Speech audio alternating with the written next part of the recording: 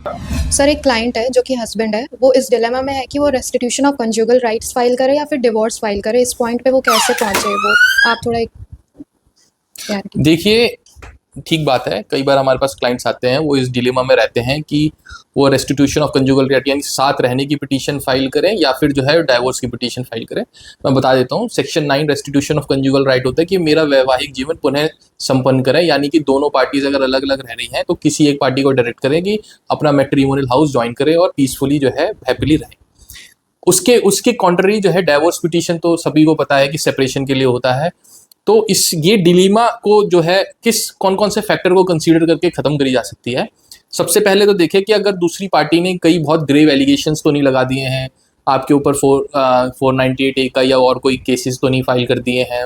अगर कर दिए हैं और उसमें कई ग्रेव ऑफेंसेस वाले सेक्शंस लगाए हुए हैं जैसे 307 और सारे सेक्शंस, तो उस केस में जो अवॉइड करें सेक्शन 9 फाइल करने में, क्योंकि रिलेशनशिप बड़ा थिन लाइन था। वो ऑलरेडी जो है वो उस स्टेज पे आ गया है कि पहले आप और पॉसिबिलिटी एक्सप्लोर करें, कोर्ट से कंसिलेशन कराएं, मीडिएशन कराएं। खुद से सेक्शन 9 फाइल करके जो है वो और डिटोरिएट होगा, क्योंकि अगर आपने ऑर्डर भी करा लिया और जो आदमी आपके अगेंस्ट ब्लेम और एलिगेशंस लगा रहा है वो बहुत हद तक है कि अपना मैट्रिमोनियल हाउस ज्वाइन करके दोबारा लगा सकता है, तो उस केस में जो है वो आप सेक्शन 9 फाइल करने से बचें।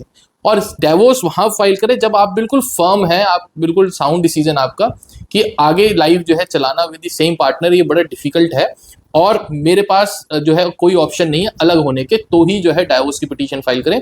अगर फिर भी कोई चांसेस ऑफ रिकंसिलेशन है या कोई जो है काउंसलिंग की ज़रूरत है तो कोर्ट में अप्लाई करके मीडिएशन या काउंसलिंग करा लें, एक बार सारी चीज़ों को समझ लें, तभी जो है डाइवोर्स की पिटीशन फाइल करें।